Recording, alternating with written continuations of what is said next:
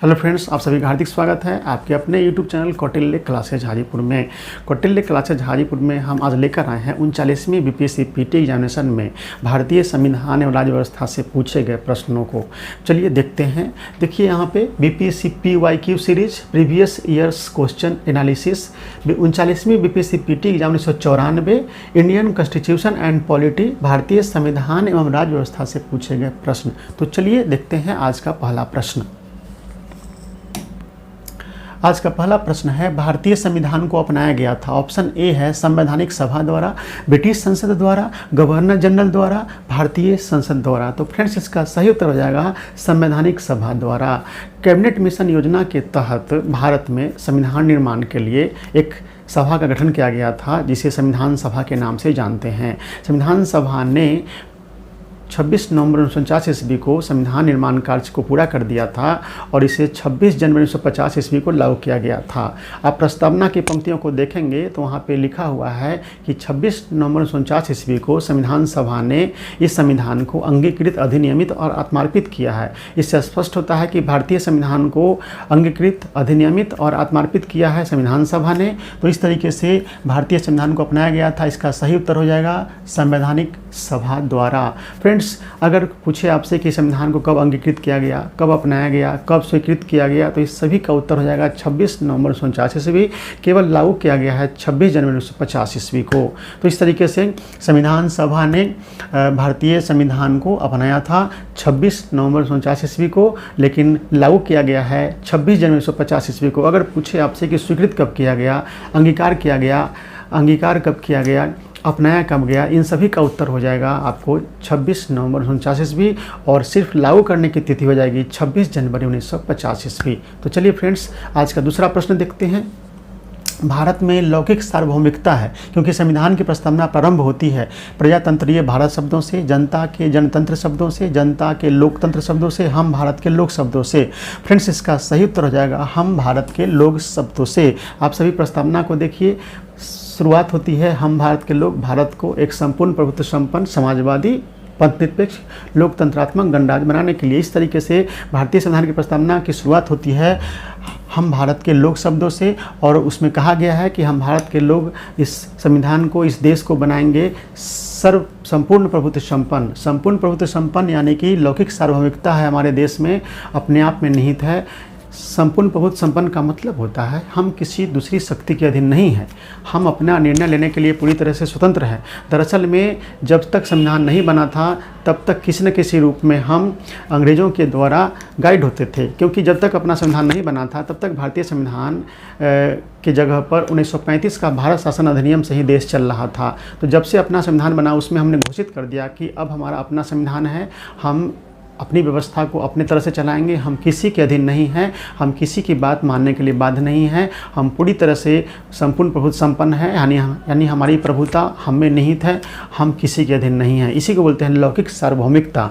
और चूंकि ये लौकिक सार्वभौमिकता का स्रोत है भारत की जनता और प्रस्तावना शुरू होती है हम भारत के लोग। हम भारत के लोग सब का मतलब यही हुआ कि हम भारत के लोग अपने मतदान के द्वारा अपने प्रतिनिधि चुनते हैं और वो प्रतिनिधि हमारे ऊपर शासन करते हैं और इस तरीके से जो प्रतिनिधि को शक्ति प्राप्त होती है, सत्ता प्राप्त होती है, उसके मूल स्रोत में कौन है? जनता है। इस तरीके से इसका सही उत्तर हो जाएगा हम भारत के लोग। फ्रेंड्स आज का तीसरा प्रश्न देखते हैं। कोई वित्तीय बिल प्रस्तावित हो सकता है केवल राज्यसभा में, केवल लोकसभा में, एक साथ दोनों सदनों में, दोनों सदनों के संयुक्त सत्र में। तो फ्रेंड्स इसका सही उत्तर हो जाएगा केवल लोकसभा में। चौथा प्रश्न देखते हैं। भारतीय नागरिकों के मौलिक अधिकारों का वर्णन है संविधान के अनुच्छेद। ऑप्शन ए देखिए 12 से 35, 13 से 36 तक, 15 से 39 तक, 16 से 40 तक। तो फ्रेंड्स इसका सही उत्तर हो जाएगा 12 से 35 तक। भारतीय संविधान के भाग 3 में मौलिक अधिकार का वर्णन अनुच्छेद 12 से 35 के अंतर्गत किया गया है। फ्रेंड्स भारतीय संविधान में मौलिक अधिकार संयुक्त राज्य अमेरिका के संविधान से प्रेरित होकर शामिल किया गया है और यह भारतीय संविधान के भाग 3 में अनुच्छेद 12 से 35 में वर्णित है, इसलिए इसका सही उत्तर हो जाएगा 12 से 35। फ्रेंड्स अब देखते हैं क्वेश्चन नंबर 5।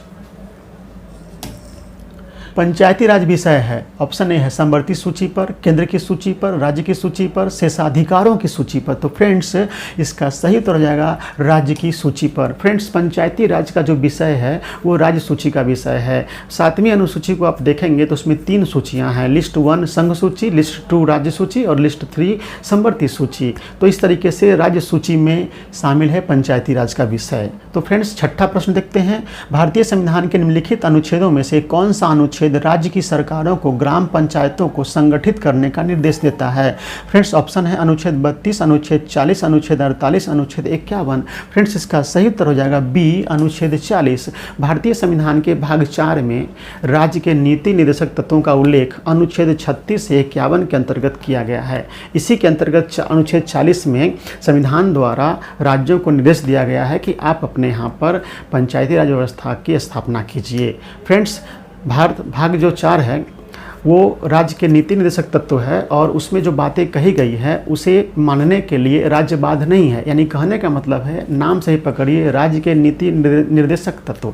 तो राज्य के नीति निर्देशक तत्व का मतलब होता है संविधान द्वारा राज्य को निर्देश दिया गया है कि 36 से 51 में जो भी बातें हैं उन्हें आप अमल में लाने का प्रयास कीजिएगा। इसकी बाध्यता नहीं है। अगर कोई राज्य 36 से 51 में कही गई बातों को लागू नहीं करती है तो उसके खिलाफ आप कोर्ट नहीं जा सकते हैं। यानी वह राज्य के नीति निर्देशक तत्व जो है न्यायालय में अप्रवर्तनीय है। चलिए अगला क्वेश्चन देखते हैं, क्वेश्चन नंबर 7। न्यायिक पुनरावलोकन का अर्थ है कि उच्चतम न्यायालय ऑप्शन ए को सभी प्रकरणों पर अंतिम अधिकार प्राप्त है, राष्ट्रपति के विरुद्ध दोषारोपण कर सकता है, उच्च न्यायालय द्वारा निर्मित प्रकरणों की समालोचना कर सकता है, किसी भी राज्य के कानून को अवैध घोषित कर सकता है। तो फ्रेंड्स न्यायिक पुनरावलोकन का मतलब होता है कि सुप्रीम कोर्ट किसी भी राज्य के कानून को अवैध घोषित कर सकता है। न्यायिक पुनरावलोकन के तहत सुप्रीम कोर्ट को यह अधिकार है कि राज्य कहने का मतलब केंद्र की सरकार या राज्य की सरकार में केंद्र की विधायिका या राज्य की विधायिका कोई ऐसा कानून बना देती है जो संविधान के आधारभूत ढांचे के खिलाफ है। तो संविधान के आधारभूत ढांचे के खिलाफ है तो ऐसे कानून को सुप्रीम कोर्ट के द्वारा रद्द घोषित कर दिया जा सकता है। फ्रेंड्स तो इस तरीके से किसी भी राज्य के कानून को अवैध घोषित कर सकता है सुप्रीम कोर्ट। इसी का मतलब होता है न्यायिक पुनरावलोकन। तो इसका उत्तर हो जाएगा डी, किसी भी राज्य के कानून को अवैध घोषित कर सकता है। फ्रेंड्स भारत में 3 चीज़ों पर गौर कीजिएगा, एक है संविधान, एक है संसद और एक है न्यायपालिका। इन तीनों में सर्वोच्चता को लेकर के हमेशा संघर्ष होते रहता है और कभी लगेगा कि न्यायपालिका सर्वोच्च है, कभी लगेगा कि संविधान सर्वोच्च है और कभी लगेगा कि संसद सर्वोच्च है। लेकिन अंततः भारत में संविधान को सर्वोच्च बनाया गया है। अगर अमेरिका को देखेंगे तो वहाँ पे सबसे बड़ी शक्ति न्यायपालिका है, इंग्लैंड में देखेंगे तो वहाँ पे संसद है। लेकिन भारत में इन दोनों के अलग थोड़ा सा अलग रास्ता अपनाया गया है। भारत में संविधान को सर्वोच्च स्थान प्रदान किया गया है। इस तरह से अगर संविधान का उल्लंघन संसद करती है या राज्य का विधानमंडल करती है तो उस उल्लंघन के हिसाब से सुप्रीम कोर्ट उस कानून को अवैध घोषित कर सकती है। यानी संसद द्वारा या राज्य विधानमंडल द्वारा बनाया गया कानून संविधान के खिलाफ है, संविधान की मूल भावना के खिलाफ है, तो उस कानून को सुप्रीम कोर्ट रद्द घोषित कर सकती है। ऐसा कई बार किया गया है। फ्रेंड्स 8वां नंबर प्रश्न देखते हैं, कल्याणकारी राज्य के आदर्श वर्णित हैं ए में राज्य के नीति निर्देशक तत्वों में, मौलिक अधिकारों के अध्याय में, संविधान की 7वीं अनुसूची में, संविधान की प्रस्तावना में। फ्रेंड्स ये प्रश्न भी संविधान के भाग 4 राज्य के नीति निर्देशक तत्वों से लिया गया है। संविधान के भाग 4 में राज्य के नीति निर्देशक तत्व जो प्रावधान है उसे लागू करने के लिए राज्य बाध्य नहीं है, एक तरह से निर्देश दिया गया है। लेकिन अगर कोई राज्य अनुच्छेद 36 से 51 में जितनी बातें कही गई हैं लागू करने के लिए अगर वो लागू कर देती है, सरकार राज्य अमल कर देती है, तो उनका जो राज्य है व्यवस्था जो है वो एक तरह से समझिए कि लोक कल्याणकारी राज्य की स्थापना हो जाएगी। तो कहने का मतलब है कि राज्य के नीति निर्देशक तत्व में जो अनुच्छेद 36 से 51 के अंतर्गत जो बातें लागू करने का निर्देश दिया गया है, अगर उन निर्देशों के पालन में कोई सरकार अगर उन सभी तत्वों को लागू कर देती है अपने राज्य क्षेत्र में, तो वहाँ पे एक लोक कल्याणकारी राज्य की स्थापना हो जाएगी, क्योंकि इसमें इतना अच्छा पॉइंट है जिससे सभी का कल्याण होगा, और जब सभी का कल्याण हो जाएगा तो उसे कहेंगे लोक कल्याणकारी राज्य की स्थापना होना। तो इस तरीके से भारतीय संविधान में राज्य के नीति निर्देशक तत्वों में जो बातें कही गई हैं वह कल्याणकारी राज्य के आदर्श को दिखाता है, इसलिए इसका आंसर हो जाएगा राज्य के नीति निर्देशक तत्व, यानी कल्याणकारी राज्य के आदर्श वर्णित हैं राज्य के नीति निर्देशक तत्वों में। यानी कोई पूछे आपसे कि किसी राज्य को एक कल्याणकारी राज्य की स्थापना करनी हो तो किन तत्वों को लागू कर दे, तो इसका उत्तर हो जाएगा भाग 4 में अनुच्छेद 36 से 51 के तहत। यानी भाग 4 में अनुच्छेद 36 से 51 के अंदर जितनी बातें कही गई हैं अगर उनको हूबहू लागू कर दिया जाए तो वो राज्य जो है एक कल्याणकारी राज्य हो जाएगा, सभी का कल्याण हो जाएगा, सभी सुखी और संपन्न हो जाएंगे फ्रेंड्स। तो इस तरीके से काफ़ी महत्वपूर्ण है संविधान का भाग 4 राज्य का नीति निर्देशक तत्व, लेकिन उन्हें लागू करना राज्य के ऊपर निर्भर करता है, क्योंकि संविधान जब लागू हुआ था उस समय देश तुरंत आज़ाद ही हुआ था, राज्यों के पास उतने संसाधन नहीं थे, इसलिए इसे किया गया था, अनिवार्य नहीं किया गया था, मतलब राज्य की इच्छा पर छोड़ दिया गया था कि आप अपने संसाधन को देखते हुए राज्य के नीति निर्देशक तत्वों को लागू करने का प्रयास कीजिएगा। इसके लिए राज्य बाध्य नहीं है, और इसलिए राज्य के नीति निर्देशक तत्वों को अगर कोई राज्य लागू नहीं करती है तो आप उनके खिलाफ में सुप्रीम कोर्ट या किसी कोर्ट में नहीं जा सकते हैं, क्योंकि वो उसके लिए बाध्य नहीं है। इस तरीके से कह सकते हैं कि राज्य के नीति निर्देशक तत्व जो है न्यायालय में अपरिवर्तनीय है, यानी न्यायालय में जा करके कोर्ट का सहारा लेकर आप राज्य के नीति निर्देशक तत्वों को लागू नहीं करवा सकते हैं फ्रेंड्स। ठीक है, अब देखते हैं क्वेश्चन नंबर 9। देखिए क्वेश्चन नंबर 9 क्या कहता है, लोकसभा के स्पीकर का निर्वाचन होता है संसद के सभी सदस्यों द्वारा, प्रत्यक्ष रूप से जनता द्वारा, लोकसभा के सभी सदस्यों द्वारा, लोकसभा में बहुमत प्राप्त दल के सदस्यों द्वारा। तो फ्रेंड्स इसका सही उत्तर हो जाएगा लोकसभा के सभी सदस्यों द्वारा। फ्रेंड्स भारतीय संविधान में ऐसी व्यवस्था की गई है कि लोकसभा के अध्यक्ष का चुनाव लोकसभा के सदस्य करते हैं, यानी कि लोकसभा का अध्यक्ष लोकसभा के सदस्यों में से ही कोई ना कोई बनते हैं, और लोकसभा के जो सदस्य होते हैं वही लोकसभा के अध्यक्ष को चुनते हैं। तो इस तरीके से इसका उत्तर हो जाएगा लोकसभा के सभी सदस्यों द्वारा। ठीक है, अब देखते हैं 10वां नंबर प्रश्न, भारत के राष्ट्रपति को उनके पद से हटाया जा सकता है। ऑप्शन ए है भारत के प्रधानमंत्री द्वारा, लोकसभा के द्वारा, भारत के मुख्य न्यायाधीश द्वारा, संसद द्वारा। तो फ्रेंड्स इसका सही उत्तर हो जाएगा संसद द्वारा। भारतीय संविधान के अनुच्छेद 61 में राष्ट्रपति को हटाने की प्रक्रिया का वर्णन किया गया है, जिसमें संसद के किसी भी सदन में राष्ट्रपति को हटाने के लिए प्रस्ताव लाया जा सकता है, और दोनों सदनों से द्वारा पारित होने पर राष्ट्रपति अपने पद से हट जाते हैं। तो इस तरीके से भारत के राष्ट्रपति को उनके पद से हटाने के लिए कौन कर सकते हैं, तो संसद अगर चाहे तो भारत के राष्ट्रपति पद से हट सकते हैं। फ्रेंड्स अब देखते हैं क्वेश्चन नंबर 11, भारत में किसी सदन का सदस्य हुए बिना कोई व्यक्ति कब तक मंत्री पद पर आसीन रह सकता है। ऑप्शन ए है 3 महीने तक, बी में 6 महीने तक, सी में 1 वर्ष तक, डी में कोई समय निर्धारित नहीं है। तो फ्रेंड्स इसका सही उत्तर हो जाएगा 6 महीने तक। भारत के संविधान में व्यवस्था किया गया है कि कोई भी व्यक्ति किसी सदन का सदस्य नहीं है फिर भी वह मंत्री बन सकता है, लेकिन मंत्री बनने के 6 महीने के अंदर उसे किसी न किसी सदन का सदस्य बन जाना पड़ेगा। जैसे मान लीजिए केंद्र में सरकार बनी है, तो कोई भी व्यक्ति जो लोकसभा या राज्यसभा का सदस्य नहीं है फिलहाल, वो भी मंत्री बन सकता है, लेकिन 6 महीने के अंदर में उन्हें लोकसभा या राज्यसभा का सदस्य बन जाना पड़ेगा, तभी वो आगे कंटिन्यू मंत्री रह पाएंगे, अन्यथा वो पद से हट जाएंगे। ऐसा एक ही बार हो सकता है फ्रेंड्स। अगर वो दोबारा वो 6 महीने के अंदर में अगर वो लोकसभा या राज्यसभा का सदस्य निर्वाचित नहीं होते हैं तो फिर वो अपने पद से हट जाएंगे, और फिर उन्हें दोबारा उस व्यक्ति को दोबारा फिर से मंत्री बिना सदस्य रहे हुए नहीं बनाया जा सकता है। ठीक है, यहाँ तक कि मुख्यमंत्री या प्रधानमंत्री भी बिना सदन के सदस्य रहते हुए भी बन सकते हैं, लेकिन अगले 6 महीने के अंदर में उन्हें किसी न किसी सदन का सदस्य बन जाना पड़ेगा। यदि मुख्यमंत्री बनते हैं या मंत्री बनते हैं राज्य में तो उन्हें विधानसभा, और यदि वहाँ विधान परिषद है तो उसका सदस्य बन जाना पड़ेगा, और केंद्र में अगर प्रधानमंत्री और मंत्री बनते हैं तो लोकसभा या राज्यसभा का सदस्य बन जाना पड़ेगा 6 महीने के अंदर में। तो इस तरीके से इसका उत्तर हो जाएगा 6 महीने तक। यानी कहने का मतलब यह है कि 6 महीने तक कोई भी व्यक्ति मंत्री बना रह सकता है, और ये तो निश्चित है। 12 नंबर प्रश्न है, संसद के 2 सत्रों के बीच अधिकाधिक अंतराल होना चाहिए। ए में 4 महीने का, बी में 6 महीने का, 1 वर्ष का, जो समय राष्ट्रपति निर्धारित करे। फ्रेंड्स इसका सही उत्तर हो जाएगा आपको 6 महीने का। यानी कि अनुच्छेद 85 में कहा गया है कि 6 महीने में दूसरा सत्र हो जाना चाहिए, यानी कि एक सत्र से दूसरे सत्र के बीच में मैक्सिमम अंतर होना चाहिए 6 महीने का। इस तरह से संसद के 2 सत्रों के बीच अधिकाधिक अंतराल होना चाहिए 6 महीने का। फ्रेंड्स, अब देखते हैं क्वेश्चन नंबर 13। भारत में प्रजातंत्र इस तथ्य पर आधारित है कि संविधान लिखित है, यहाँ मौलिक अधिकार प्रदान किए गए हैं, जनता को सरकारों को चुनने तथा बदलने का अधिकार प्राप्त है, यहाँ राज्य के नीति निर्देशक तत्व हैं। तो फ्रेंड्स, सिंपल सी बात है, प्रजातंत्र का मतलब होता है लोकतंत्र, और भारत में लोकतंत्र है।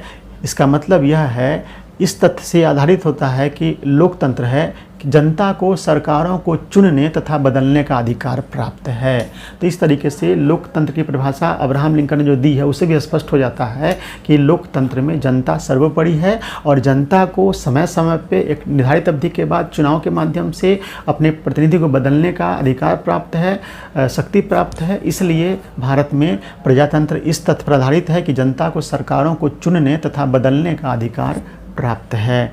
क्वेश्चन नंबर 14 देखते हैं। राष्ट्रपति राष्ट्रीय आपातकाल की घोषणा कर सकता है हथियारबंद विद्रोह के आधार पर, बाह्य आक्रमणों के आधार पर, युद्ध के आधार पर, ऊपर वर्णित सभी कारणों के आधार पर। तो फ्रेंड्स, इसका सही उत्तर हो जाएगा डी, ऊपर वर्णित सभी कारणों के आधार पर। भारत में अनुच्छेद 352 के आधार पर राष्ट्रपति 3 परिस्थितियों में राष्ट्रीय आपातकाल की घोषणा कर सकते हैं। युद्ध या किसी भी देश से हमारा युद्ध छिड़ जाए, किसी भी देश के द्वारा अपने देश पर आक्रमण कर दिया जाए, या अपने देश में ही अपने देश के लोगों के द्वारा ही सशस्त्र विद्रोह यानी हथियारबंद विद्रोह शुरू हो जाए, तो उस स्थिति में राष्ट्रपति राष्ट्रीय आपातकाल की घोषणा कर सकते हैं। फ्रेंड्स, 44वें संविधान संशोधन 1978 के द्वारा ये एक प्रावधान इसमें चेंज किया गया था कि 44वें संविधान संशोधन 1978 से पहले 3 आधारों में एक था कि आंतरिक अशांति के आधार पर, लेकिन उसे हटा करके 44वें संविधान संशोधन 1978 के द्वारा जनता पार्टी की सरकार ने उसके स्थान पर हथियारबंद यानी सशस्त्र विद्रोह का प्रावधान प्रतिस्थापित कर दिया। इस तरीके से 44वें संशोधन से पहले की बात करेंगे तो अनुच्छेद 352 के तहत भारत में राष्ट्रीय आपातकाल 3 परिस्थितियों पर लगाया जाता था। एक आंतरिक अशांति के आधार पर, बाह्य आक्रमण के आधार पर, युद्ध के आधार पर। लेकिन 44वें संविधान संशोधन 1978 के बाद को अगर देखेंगे तो इन तीनों आधार पर भारत में राष्ट्रीय आपातकाल की घोषणा राष्ट्रपति कर सकते हैं। अब पहले आंतरिक अशांति था, उसके स्थान पर हो गया हथियारबंद यानी सशस्त्र विद्रोह के आधार पर, बाह्य आक्रमण तो है ही और युद्ध के आधार पर तो है ही। यानी कह सकते हैं कि उपयुक्त तीनों के आधार पर भारत में राष्ट्रपति राष्ट्रीय आपातकाल की घोषणा कर सकते हैं। तो फ्रेंड्स, अब देखते हैं आज का क्वेश्चन नंबर 15वां। फ्रेंड्स, 39वीं बीपीएससी पीटी एग्जामिनेशन में पूछे गए प्रश्नों में भारतीय संविधान एवं राज्य व्यवस्था के प्रश्नों का एनालिसिस कर रहे हैं। और 39वीं बीपीएससी पीटी एग्जामिनेशन 1994 में हुई थी और उस परीक्षा में कुल 150 प्रश्न पूछे गए थे सामान्य अध्ययन में, और उनमें से कुल 15 प्रश्न पूछे गए थे भारतीय संविधान एवं राज्य व्यवस्था से। तो उस एग्जामिनेशन में पूछे गए 15वां प्रश्न को देखते हैं। जहाँ तक लोकसभा में प्रतिनिधित्व का प्रश्न है, कौन से राज्य दूसरे तथा तीसरे दर्जे पर हैं? ऑप्शन है बिहार तथा महाराष्ट्र, मध्य प्रदेश तथा तमिलनाडु, मध्य प्रदेश तथा महाराष्ट्र, बिहार तथा मध्य प्रदेश। फ्रेंड्स, इसका सही उत्तर हो जाएगा बिहार तथा महाराष्ट्र। फ्रेंड्स, ये क्वेश्चन पूछा गया था 1994 में। उस समय भी इसका उत्तर उस समय यही होना चाहिए था, बिहार तथा महाराष्ट्र, क्योंकि बिहार का विभाजन हुआ है 2000 ईस्वी में। तो 2000 ईस्वी में विभाजन से पहले बिहार में लोकसभा सीटों की कुल संख्या थी 54, और विभाजन के बाद 14 सीट झारखंड में चले गए थे। तो इसको देखते हैं एक चार्ट के माध्यम से।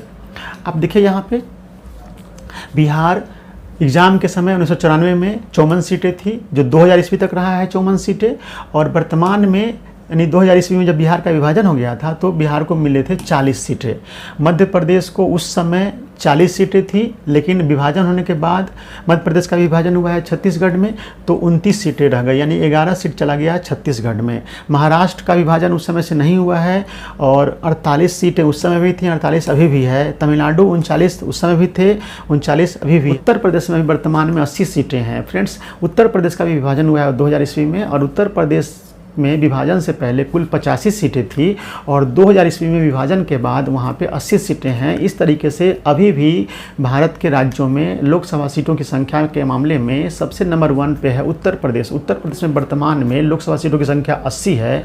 उसके बाद महाराष्ट्र में लोकसभा सीटों की संख्या 48 है। इस तरीके से हमने 39वीं बीपीएससी पीटी एग्जामिनेशन में भारतीय संविधान और राज्य व्यवस्था के पूछे गए 15 प्रश्नों का एनालिसिस किया है। फ्रेंड्स, अगर आप सभी को हमारा प्रयास अच्छा लगता है तो इस वीडियो को लाइक कर दें और जिन लोगों ने अब तक चैनल सब्सक्राइब नहीं किया हो चैनल को सब्सक्राइब कर दें। किसी भी एग्जाम में पूछे गए प्रश्नों का एनालिसिस करना बहुत ही ज़रूरी होता है और हम सब्जेक्ट वाइज एनालिसिस करते हैं ताकि उस पर ज़्यादा ध्यान दे सके आप और उस सब्जेक्ट में जो कमियां हैं उसको ढूंढ सके। तो इस तरीके से मिलते हैं हम लोग नेक्स्ट वीडियो में। बीपीएससी के एग्जामिनेशन में जो बदलाव आ रहे हैं उनको भी आप देखते चलिए। अभी हाल में बीपीएससी हेडमास्टर का एग्जामिनेशन हुआ है 28 जून को, उसके भी प्रश्न का एनालिसिस हम शुरू कर दिए हैं।